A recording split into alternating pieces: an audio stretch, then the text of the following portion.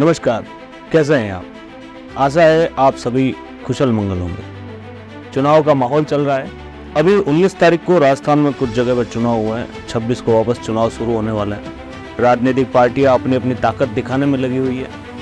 आमतौर पर देखा जाता है कि ग्रामीण इलाकों में, छोटी बस्तियों में चुनावी समय में वोट पाने के लिए जनता को अलग अलग प्रकार का प्रलोभन दिया जाता है। खासकर पुरुष वर्ग को पैसा, शराब और नशे से जुड़ी चीजें। लेकिन वो लोग ये सब भूल जाते हैं कि ये जो चीजें बांट रहे हैं इसका एक युवा नागरिक पर और उसके परिवार पर क्या प्रभाव पड़ेगा। वैसे नशा बेहद ही खराब शौक है, क्योंकि नशे में इंसान का दिमाग काम करना बंद कर देता है और इंसान की सोचने समझने की शक्ति खत्म कर देता है। और अगर नशा हद से ज्यादा बढ़ जाए तो आदमी को पागल या सनकी भी बना देता है। आजकल युवाओं में नशे का शौक बहुत ज्यादा देखा जा रहा है। एक रिपोर्ट की माने तो देश में लगभग 16 करोड़ से ज्यादा लोग शराब का सेवन करते हैं। 5.7 करोड़ से अधिक व्यक्ति हानिकारक या आश्रित शराब के सेवन से प्रभावित हैं और उन्हें शराब के सेवन की समस्याओं के लिए मदद की जरूरत है। 3.1 करोड़ व्यक्ति भांग उत्पादों का प्रयोग करते हैं। लगभग 25 लाख लोग गांजे की लत से पीड़ित हैं। रिपोर्ट के अनुसार लगभग 1.5 करोड़ महिलाएं देश में शराब, अफीम और कैनबिस का सेवन करती हैं। रिपोर्ट के आंकड़े बताते हैं कि देश की लगभग 20% आबादी 10 से 75 वर्ष के बीच की विभिन्न प्रकार के नशे की चपेट में है। कुछ रिपोर्ट्स में बच्चों की भी बड़ी संख्या में नशे की चपेट में आने की जानकारी देती है। इससे बढ़ते नशे की गतिविधियों के कारण अपराध में भी वृद्धि हो रही है। क्या आपको पता है कि नशे का कारोबार कितना है? ड्रग वॉर डिस्टॉर्शन और वर्ल्डोमीटर की रिपोर्ट के अनुसार पूरी दुनिया में मादक पदार्थों का अवैध व्यापार सालाना लगभग 30 लाख करोड़ रुपए का है और ये नशा तरह तरह के अपराध को जन्म देता है। नमस्कार, मैं मुकुंद एक बार फिर से आप सभी का न्यूज फॉर इंडिया में स्वागत करता हूं और आज आपको रूबरू करवाता हूं एक नशे से जुड़ी एक ऐसी घटना से जिसने रिश्तों को तार तार कर दिया और एक ऐसे जघन्य अपराध कर दिया जिसकी आप कल्पना भी नहीं कर सकते, क्योंकि एक इंसान के जीवन में उसके परिवार का बड़ा महत्व होता है और कोई नशे में डूबा व्यक्ति अपने ही परिवार के 3 लोगों की हत्या कर दे, ऐसी कल्पना से ही रूह कांप जाती है। झारखंड में नशे में डूबे एक सनकी लड़के ने पिता को कुल्हाड़ी से काट डाला। जी हाँ, क्या एक बेटा अपने ही पिता के साथ ऐसा कर सकता है? लेकिन ये हकीकत है।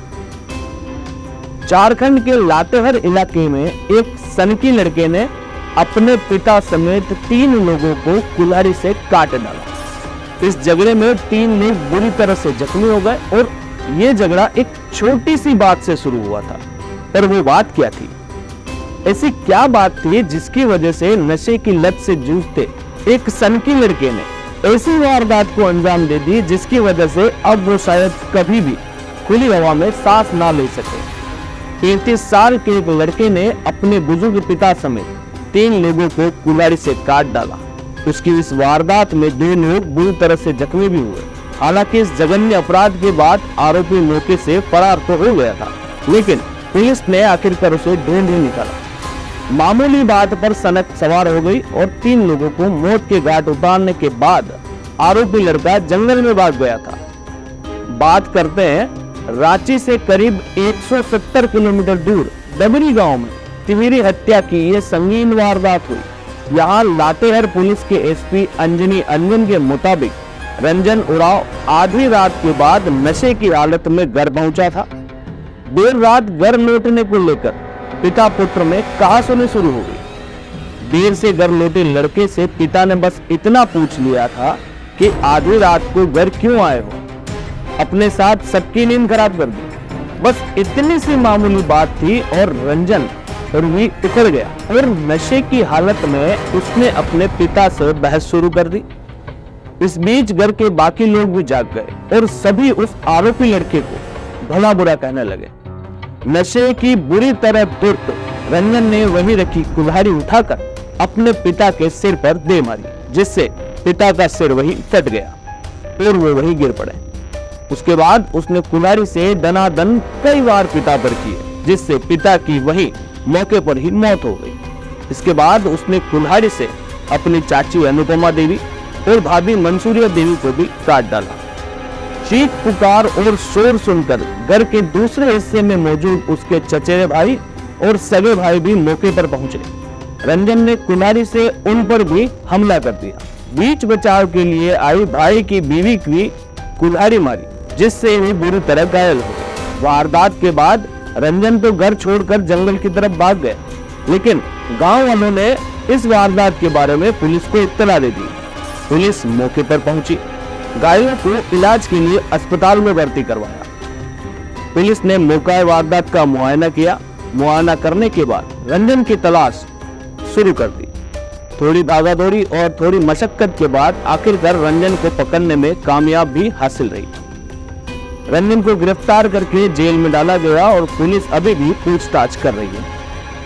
तो देखा आपने किस तरह से नशे में डूबे एक युवक ने अपने पूरे हंसते खेलते परिवार को तबाह कर दिया, और इसका अंजाम क्या निकला। अब रंजन शायद कभी भी बाहर की दुनिया नहीं देख पाएगा, या तो उसे उम्र कैद होगी या फिर फांसी। लेकिन आज के बाद कोई दूसरा रंजन पैदा ना हो, इसके लिए हम सभी को देश की युवा पीढ़ी को इस नशे की लत से दूर ले जाना है और एक नशा मुक्त नई जिंदगी का आगाज करना है। वैसे भी सरकार की ओर से कई तरह के अभियान चलाए जा रहे हैं, जिसमें लोगों को नशे से होने वाले नुकसानों के प्रति जागरूक किया जा रहा है। साथ ही नशा मुक्ति केंद्र भी चलाए जा रहे हैं। एक नजर से देखें तो अगर नशा कम होगा तो अपराध भी कम होंगे, क्योंकि कहीं ना कहीं अपराध के लिए नशा जिम्मेदार है। आज के लिए बस इतना ही। आपसे फिर मुलाकात होगी। तब तक के लिए आज्ञा चाहूंगा। स्वस्थ रहें, मस्त रहें और जन कल्याण में भागीदार बने। जय हिंद।